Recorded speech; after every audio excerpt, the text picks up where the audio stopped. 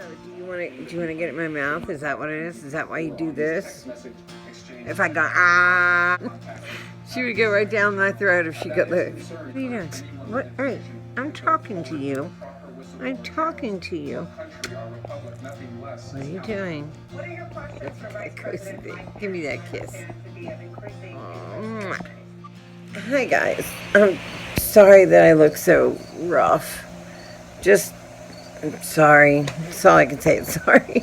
And don't worry, you're hearing, I have somebody in cleaning, is in there cleaning for me because Jeb is coming and I'm tired and the ready's on and no filter. This is just the fuck I look like. So sorry. Anyway, the reason why I thought to talk to you was because of what I'm seeing in the news.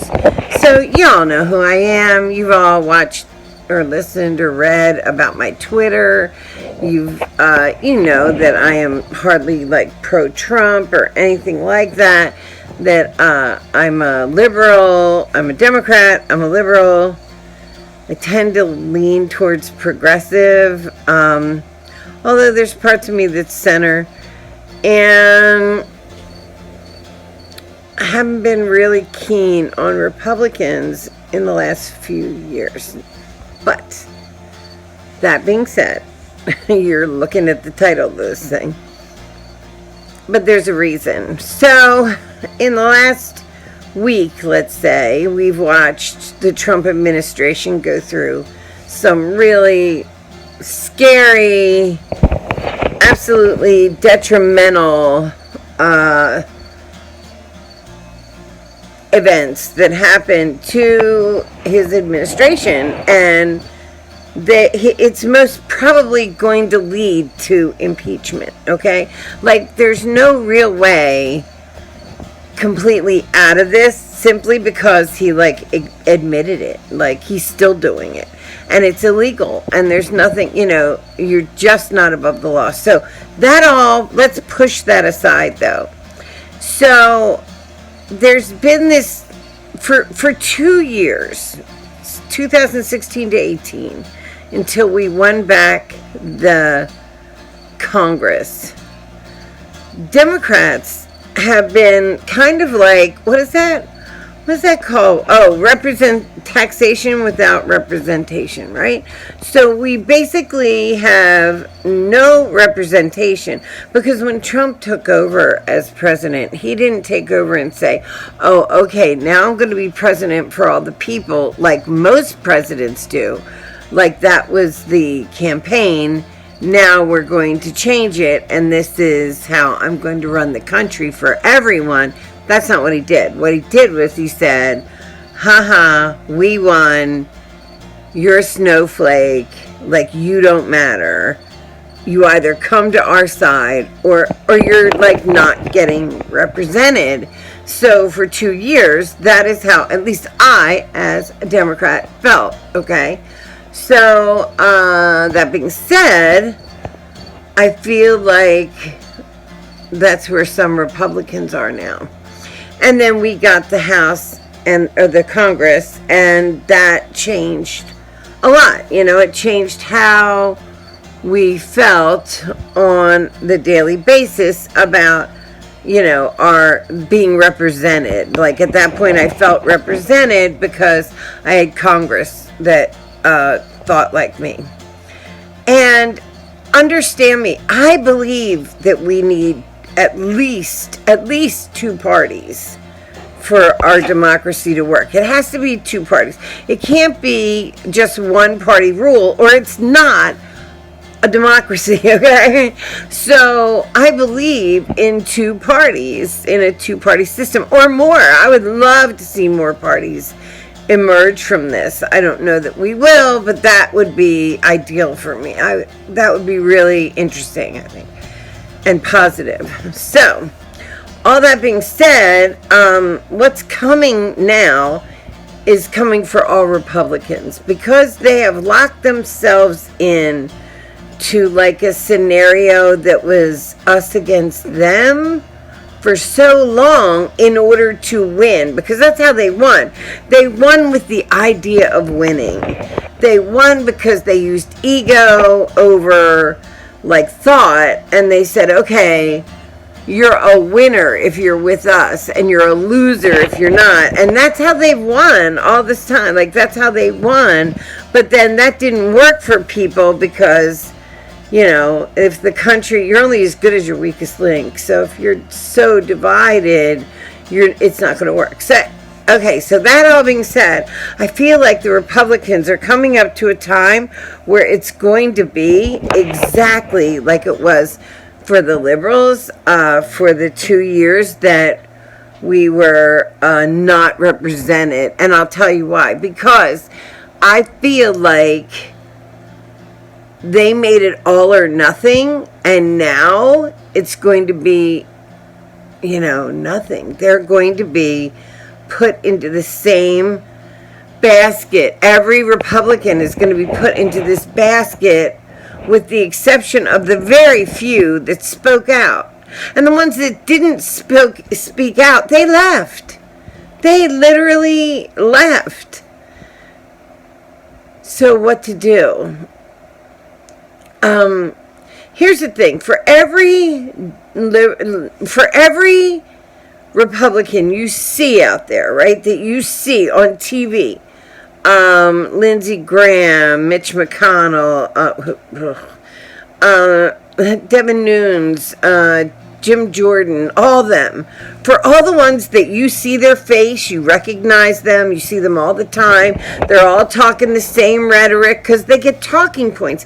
They literally get a piece of paper that says from the Republican, from the GOP, Republican Party, that says, this is what you're allowed to talk about. This, and this. This is how you have to put it.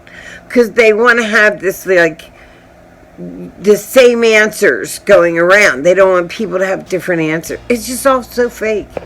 So at any rate, that's what they're doing right now. But for every one of the ones you see on TV, every one of the Republican Party that is famous and noteworthy, and most of them are in Donald Trump's pocket and wouldn't speak against him, would probably take a bullet for him.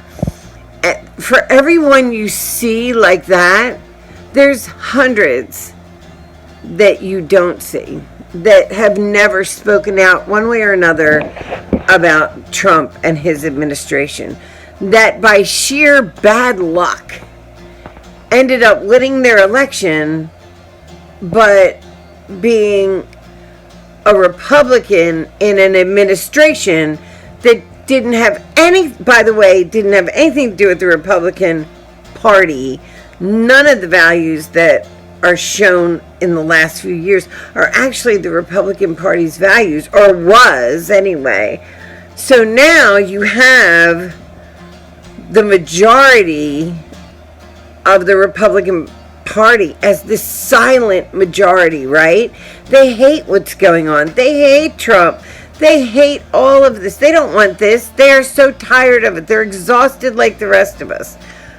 But they have to own him because they're RNC, because they're Republicans, right? So they're silent. They're just silent. That's what they decided. They decided we can't fight this, because the minute anybody fought it on the RNC side, Trump did everything they could. Who are these people? No clue.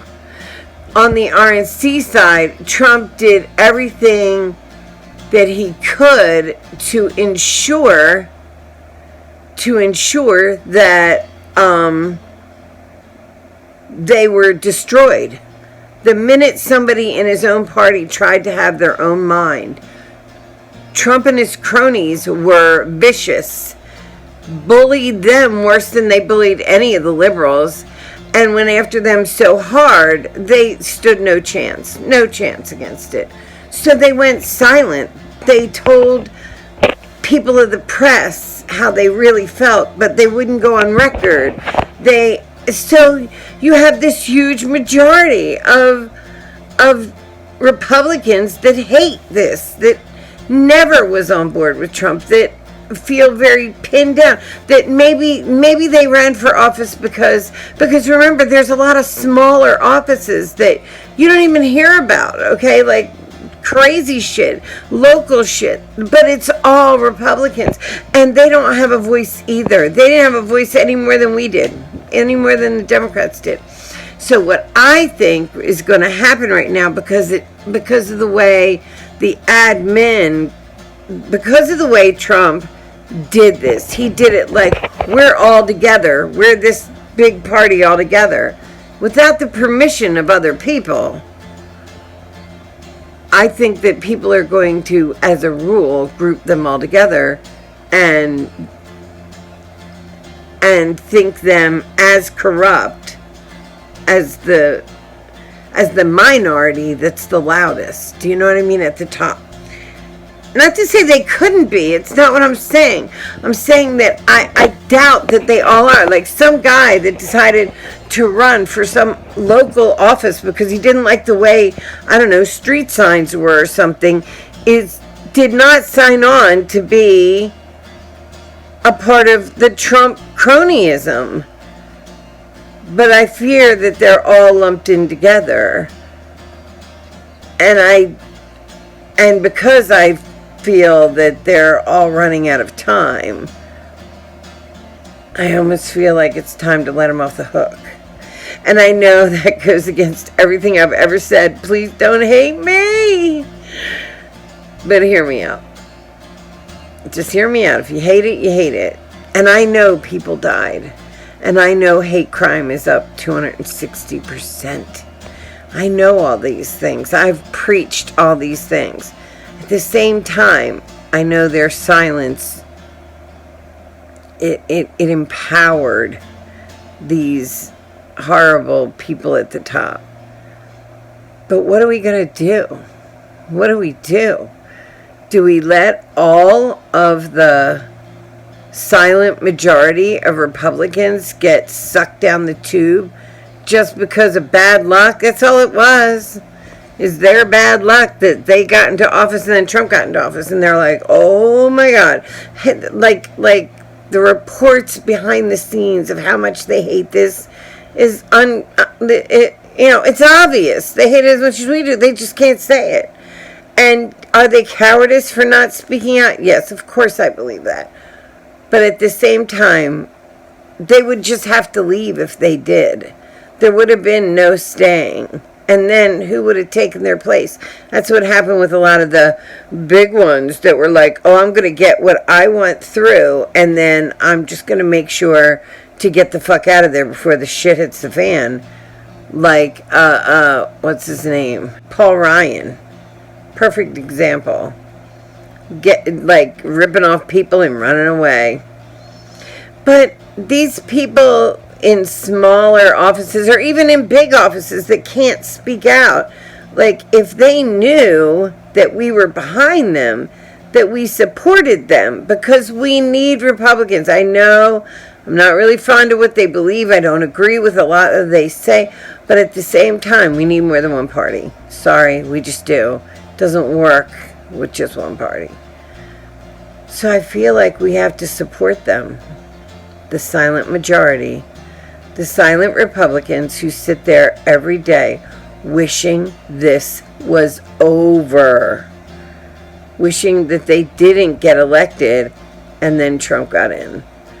That they were like, oh, if I could just go back to my old life.